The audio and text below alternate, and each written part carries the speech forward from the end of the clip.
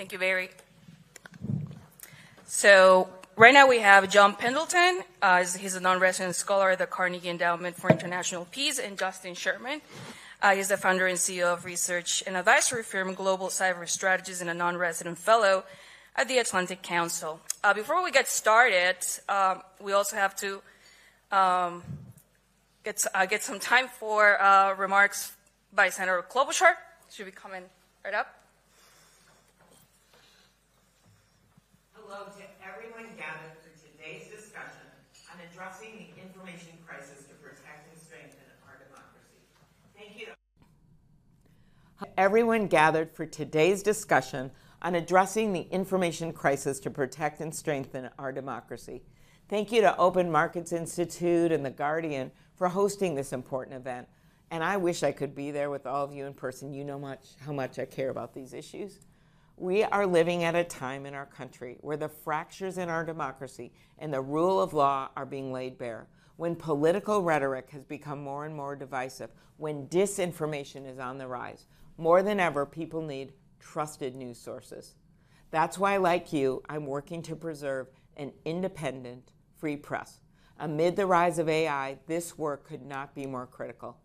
It's no secret that news outlets across the country are facing unprecedented challenges. We've lost 1/4 of our country's newspapers since 2005, and one study predicted that 1/3 will be gone by the end of this year.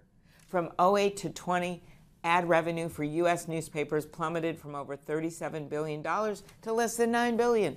And during this time, two companies, Facebook and Google, worth over $3 trillion combined, became advertising titans. In April, just 1 month, Google reported more than $61 billion in quarterly advertising, just this April, up 13% from the same period the prior year. How are they doing it? Well, one big driver of their ad revenue is using news stories without fairly compensating journalists. This isn't just linking to stories. It's taking snippets directly from them, or more recently, using them for AI-generated summaries. While these platforms can expose larger audiences to some news outlets, that hasn't translated to increased revenue. And how much do these companies care about retaining this power over the news? Enough to block access to local news in California, and enough to hold entire countries hostage, as we saw happen with Facebook in Australia and Canada. So what does big tech's dominance mean? Less money for local news, fewer journalists to do in-depth, high-quality reporting, and more exposure to misinformation, and fewer reliable sources. That combination is a crisis for our democracy, and I am willing to take it on.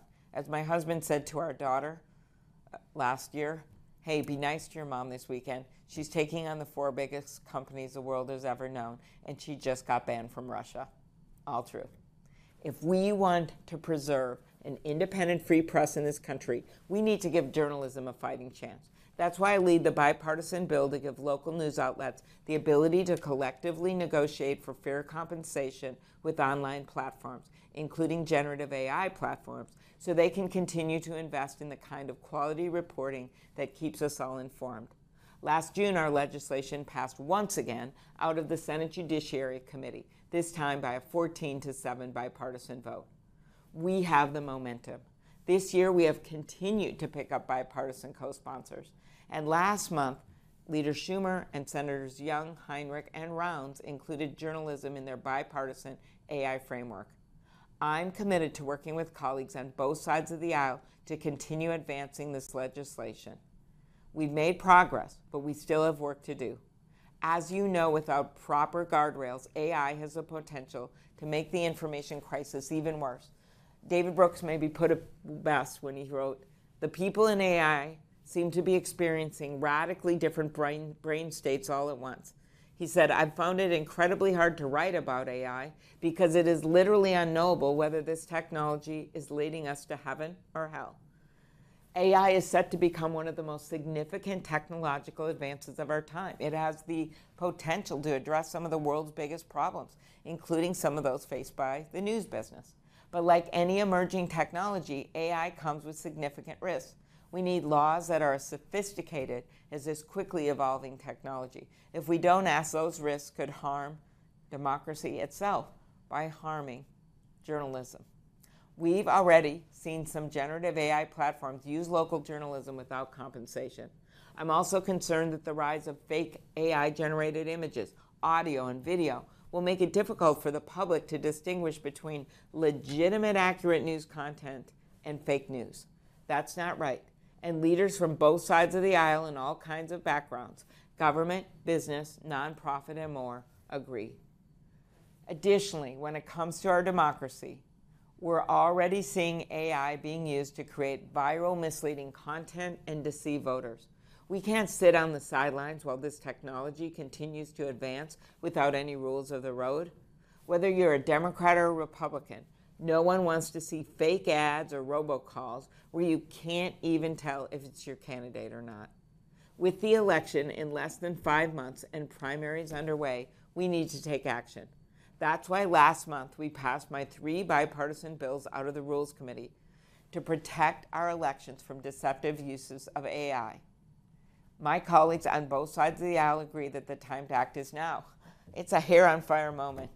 And some of this is going to be great, and we have to make sure we allow the innovation to bloom. But when it comes to democracy, you want to know if it's the candidate you love or the candidate you don't like.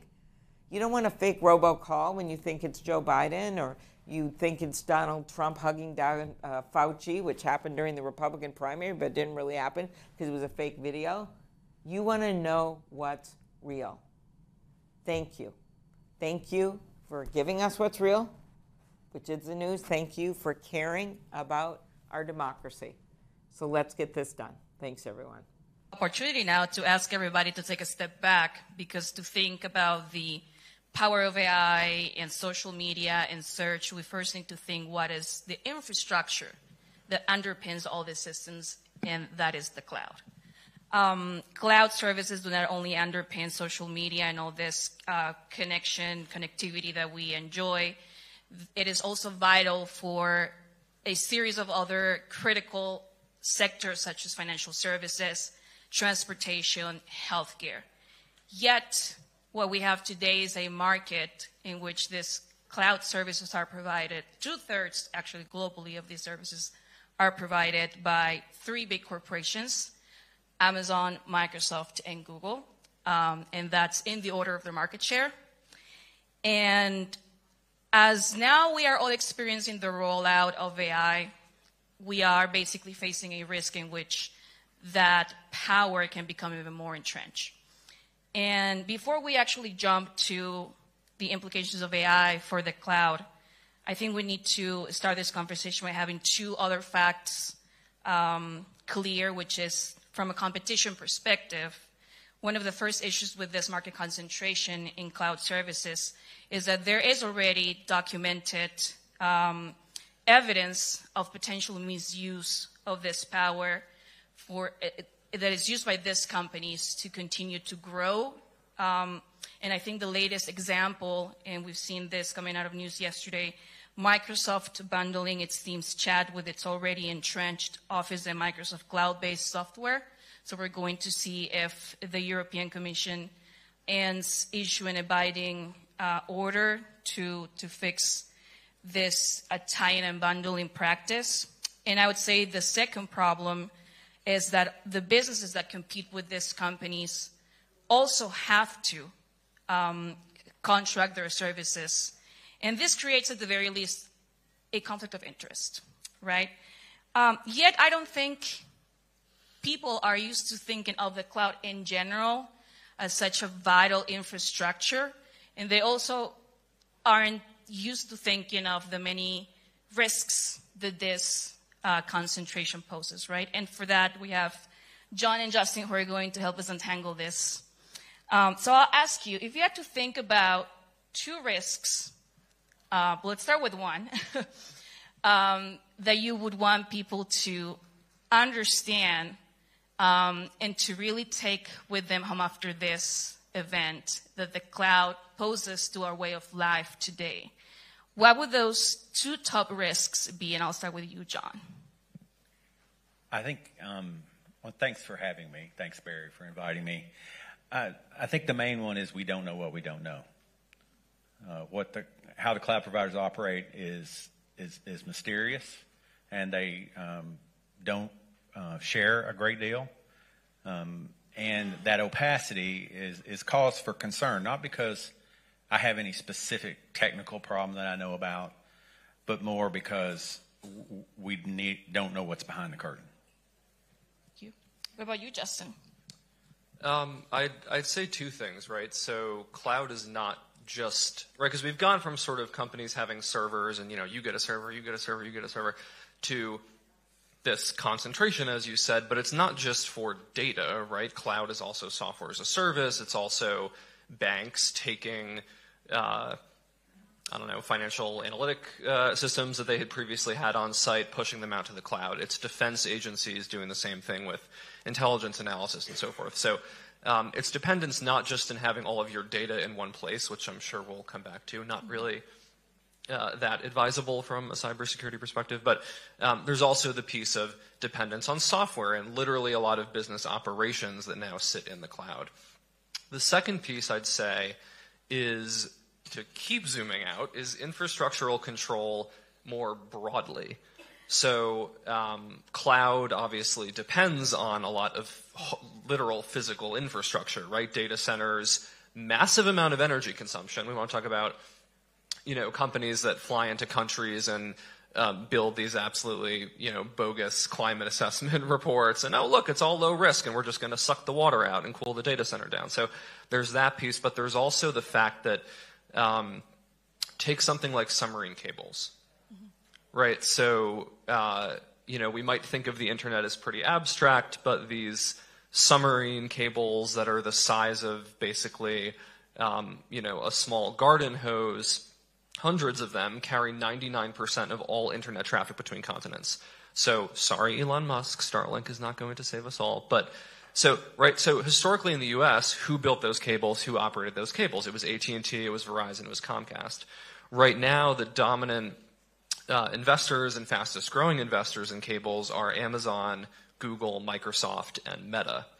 And so part of that is this whole sort of Facebook, nonsense of like we're bringing the internet for free to the world and all this stuff. But part of that is also related to cloud. It's we actually want to control where the, connecting point A to point B in the way that's best for us, in the way that's fastest for our cloud system, in the way that gives us an advantage over the competition. So I say this to say cloud, as many other discussions have hit on today, is just one piece of this market power. But it's also one piece of physical infrastructure that these cloud companies own. Google Fiber in cities is another example, right? So I think that also has to be part of this conversation, because the reason, in part, these companies are building this other internet infrastructure is so they can keep expanding their cloud businesses.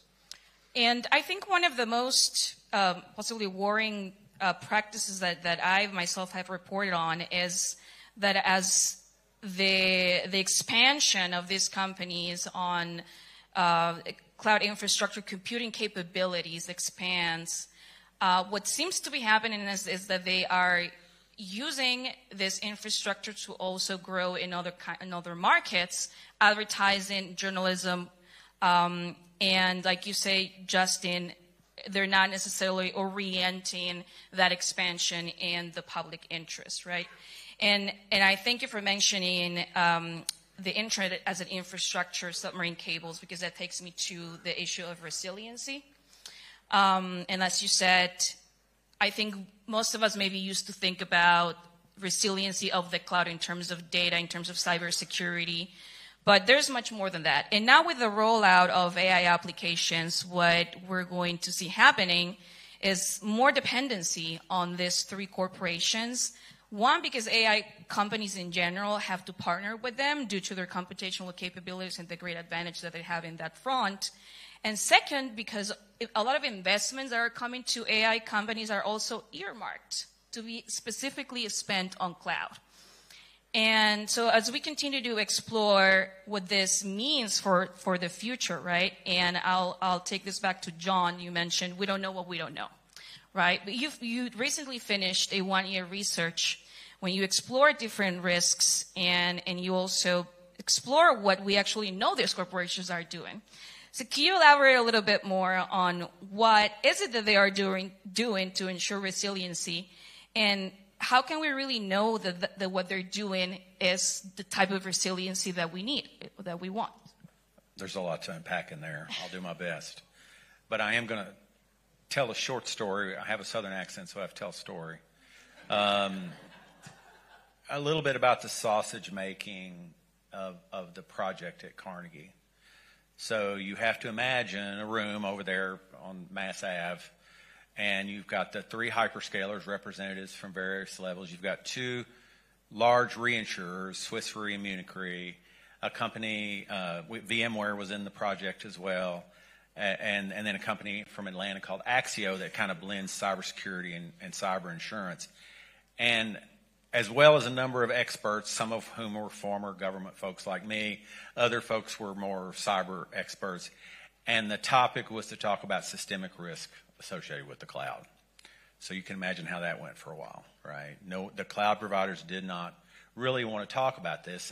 And our hope in the project was to do some technical analysis to kind of tease some details out. So now I'm telling you what's not in the report, okay? What we've tried to do, and the reinsurers wanted to work with the cloud providers to build what they called an impact model and essentially give them some scenarios and say what might happen here. And they weren't going to report it publicly. They just needed to populate their own analyses so they could attract capital in for cyber insurance, because cyber insurance now is pretty terrible and not very helpful. But once the reinsurer started asking the hyperscalers about the blast radius of an event, they just clammed up, right? We don't want to talk about that. So then, probably naively, we thought we might do a tabletop exercise where we would run them through a scenario. And again, these weren't things necessarily we'd put in a report. We were just trying to understand what the contingency plans and other things were. And again, that never got off the ground. So we had to pivot the project to policy things, right? What policy kinds of actions might be useful here, both by the cloud providers as well as maybe by policymakers? And where we came down was, again, given this our lack of insight into the technical side of this, we were being assured at every turn that everything is safe, secure, and reliable, and don't worry, if something happens in one availability zone, it won't make it to another. But again, I was an auditor at GAO for 35 years. I'm hard to convince, right? And so what we suggested was a cloud resilience framework. And I put a handout in the back if you're interested that basically suggests a way to think about resilience in a systematic way. And just briefly, I'll tell you, we thought the cloud providers needed to make foundational commitments to avoid digital harms. It's a big statement, right? A lot of lawyers in the room, you know that would be hard to do, but we wanted to get the idea of the potential for digital harms on the table. That wasn't easy. And then additional transparency into what they were doing to maintain their safe, secure, reliable, whatever word you want to use to describe it, operations available. And then also what they do to work with customers. If you're Joe's car dealership, you don't understand the cloud very well. You probably let your IT people go. You know, the cloud is this big monolithic thing, and if you just have one cloud provider and you have a problem, even if you caused it, then you're down for a while. It can cost you a lot of money. And then finally, we wanted them to begin to lean forward and do exercises that involved external participants, including the government, to prove and exercise their contingency plans. Not wait to be asked, but be proactive. And that was the nature of our recommendations. And for policymakers, we just wanted them to kind of lean on them. Now, we were trying to come from the perspective of what the tech companies could do, okay? So don't throw darts at me. We were trying to think about what were steps that they could take to show good faith. Now, I want to ask 2 questions related to what you just told us. You didn't tell me you were going to ask follow-up questions. Well, it's too late now. You sparked that on me. You mentioned scenarios, contingency, you know, like I guess you asked them a question about what would you do in scenario 1, 2, 3, right? Can you give us one example of a scenario of some catastrophic thing happening, maybe physical risk or associated to physical risk, that you got worried when they just replied to you, oh, we got it under control? I think and again, I'm not a technical person, so I'm going to keep it fairly high level. Natural disasters are obviously something that could happen. It could cause power outages. And with the cloud providers support other critical infrastructure sectors, so this could kind of have a ripple effect into or out of potentially cloud providers. And there's that. And then there were other things that we really couldn't explore, kind of logical triggers. The software have a problem in it, in the code or something, and there's some common code that is used across the cloud providers to manage the hypervisors and other things that we thought had some potential vulnerabilities, but we just couldn't get there. Thank you, Justin. You also have a report, right, on cloud infrastructure where you try to make an analysis. Well, actually, it was a very successful analysis as to why we should consider that the cloud is just as a critical infrastructure as any other critical sectors such as healthcare, financial services, transportation, right? But I'd like to ask you a question about the actual design of the cloud, if we're going to start thinking about it as a critical infrastructure, right? Is it really designed to avoid becoming a single point of failure in the sense that you, for example, wrote about the illusion of different services? The cloud basically portraying itself as having some sort of compartmentalized risk management, but it isn't really that way. Could you explain us a little bit about that? Yeah, and John made a good point about this as well. And so I'm going to be a bit reductive here as a technologist, but right, cloud generally, you might have one server where, this part is doing X government agency, HR, payroll, and this part's doing, let's say Open Markets Institute, some NGOs, email system, and this part's doing, right?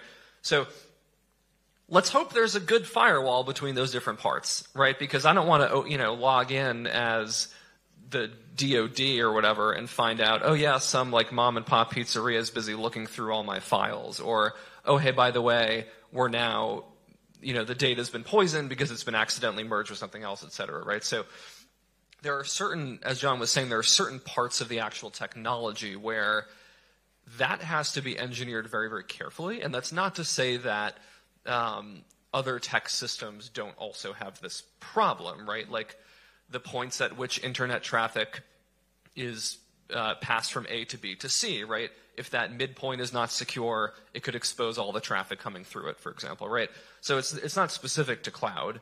But here, you have that same software, firmware, hardware, separating different companies and services in every single cloud system used by one company.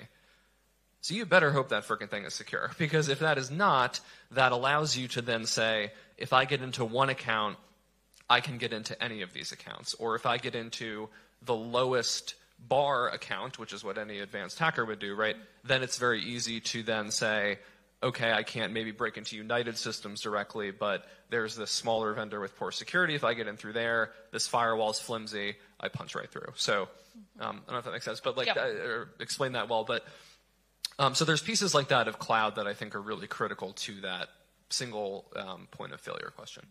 So in both of your comments, what I also sense is that there is this feeling of we better hope that they're doing the right job.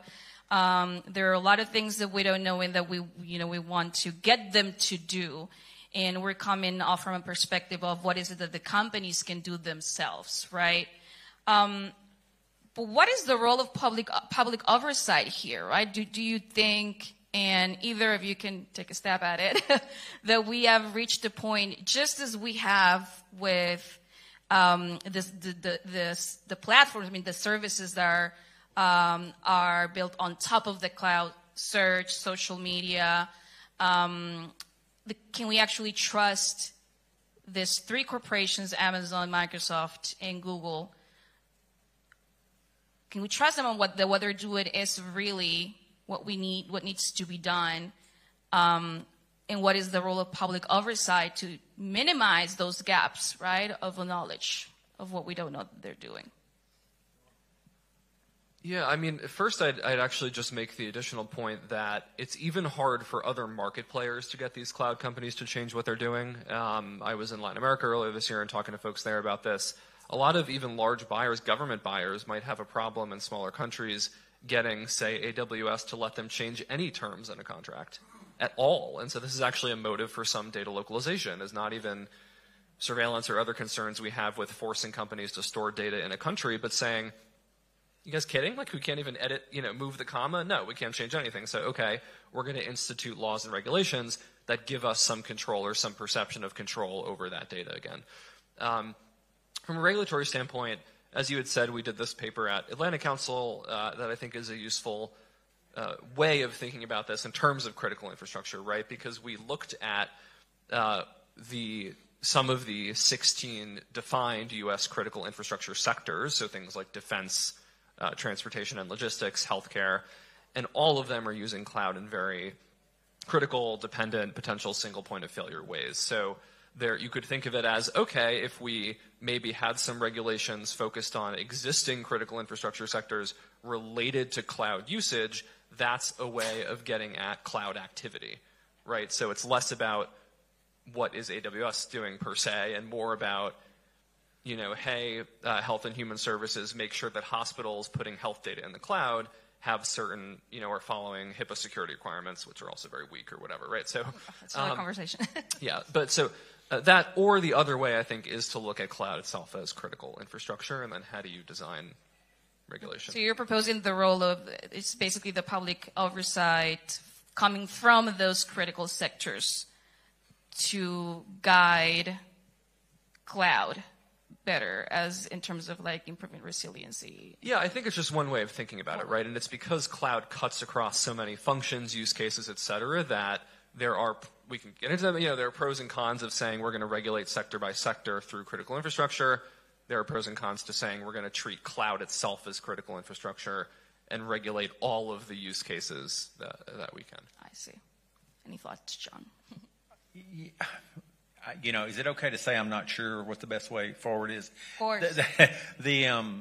In the Carnegie report, we offer recommendations that are pretty clear things that the government could ask about, in terms of contingency plans and other things. Again, our focus was resilience, not, cybersecurity per se, but if there is an issue, can you recover from it? Because that's the thing that really matters to governments and reinsurers who are paying out if there's a problem. And so let me think how to go with this. The cloud providers are like utilities, but they're different and in a very important way. They don't have regulation, but they're in a very competitive market, and it's changing, causing changes to happen very, very fast. And one of the things that bothered me throughout the project was around something that the cloud providers call the shared fate or shared responsibility model. I'm sorry, it's not quite responsive to the question, but it's something I wanted to get out.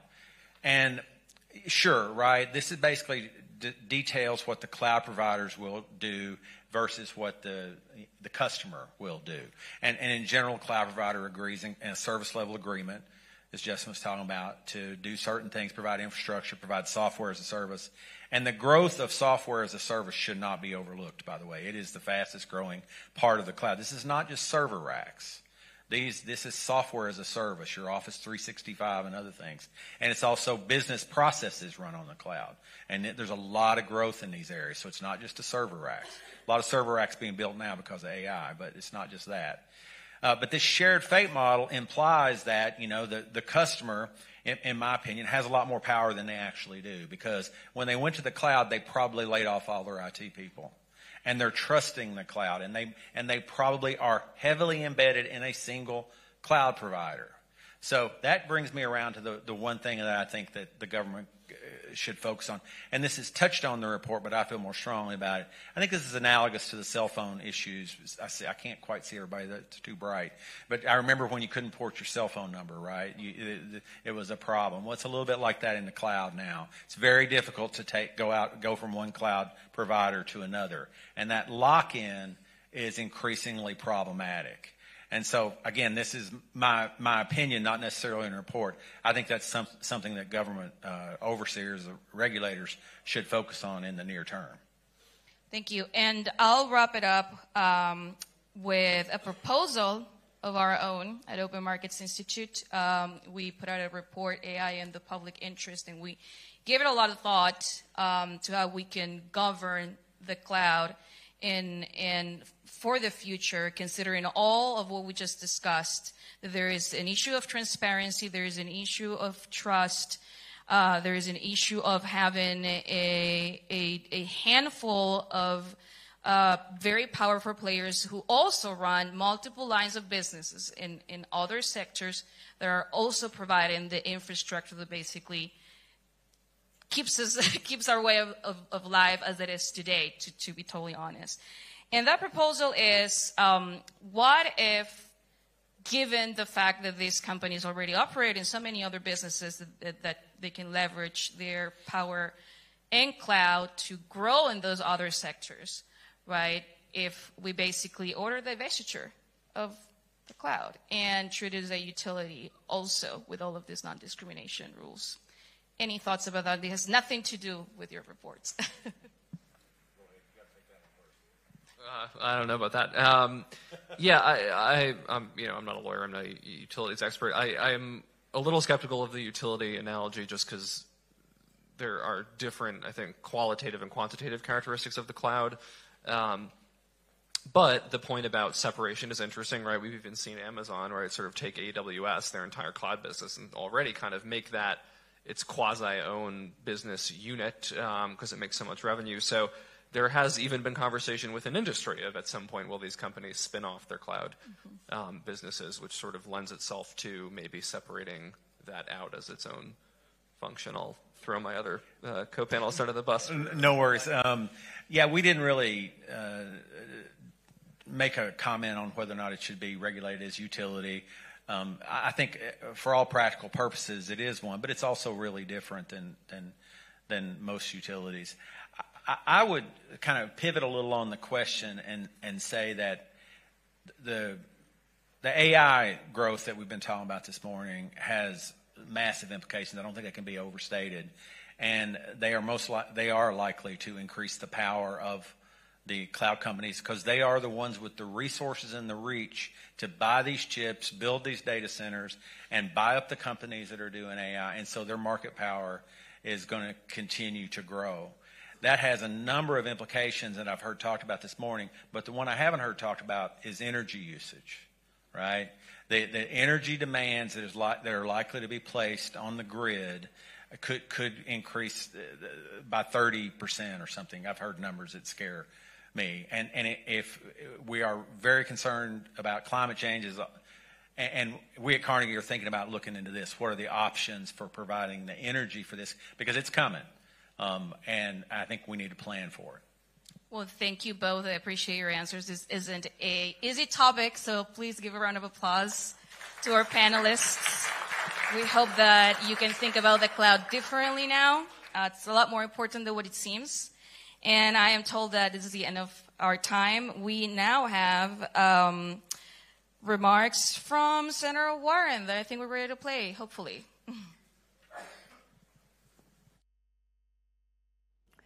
Hello, Open Markets Institute. It is great to join you today to talk about why reining in big tech is vital to protecting our democracy.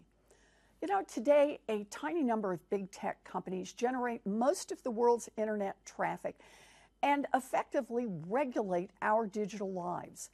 The unelected billionaires running those companies have far too much power. Power over our economy, power over our society, and power over our politics. And for years, these companies have avoided accountability by claiming their products are just too complex to regulate. These giants violate our privacy, they damage economic competition, and they ultimately corrode the foundations of our democracy. You're going to hear today from Assistant Attorney General Cantor about the Justice Department's work to fight consolidation in big tech, to make sure that one or two platforms don't use anti-competitive tactics to control the flow of information online. And Congress needs to step up too. That is why I introduced the bipartisan Digital Consumer Protection Commission Act to create a new agency to regulate online platforms. This bill would block big tech platforms from unfair and abusive corporate behaviors that are really just meant to stomp out competition, to dominate markets, and to brush aside consumers' concerns. It would require the biggest platforms to identify bots and limit data processing in restricted countries. And this bill would guarantee consumers the right to access their own personal data and would limit the sale of that personal data. We need to get serious about holding big tech accountable. And that includes making sure that our democratically elected leaders, rather than big tech CEOs, write the rules of the road.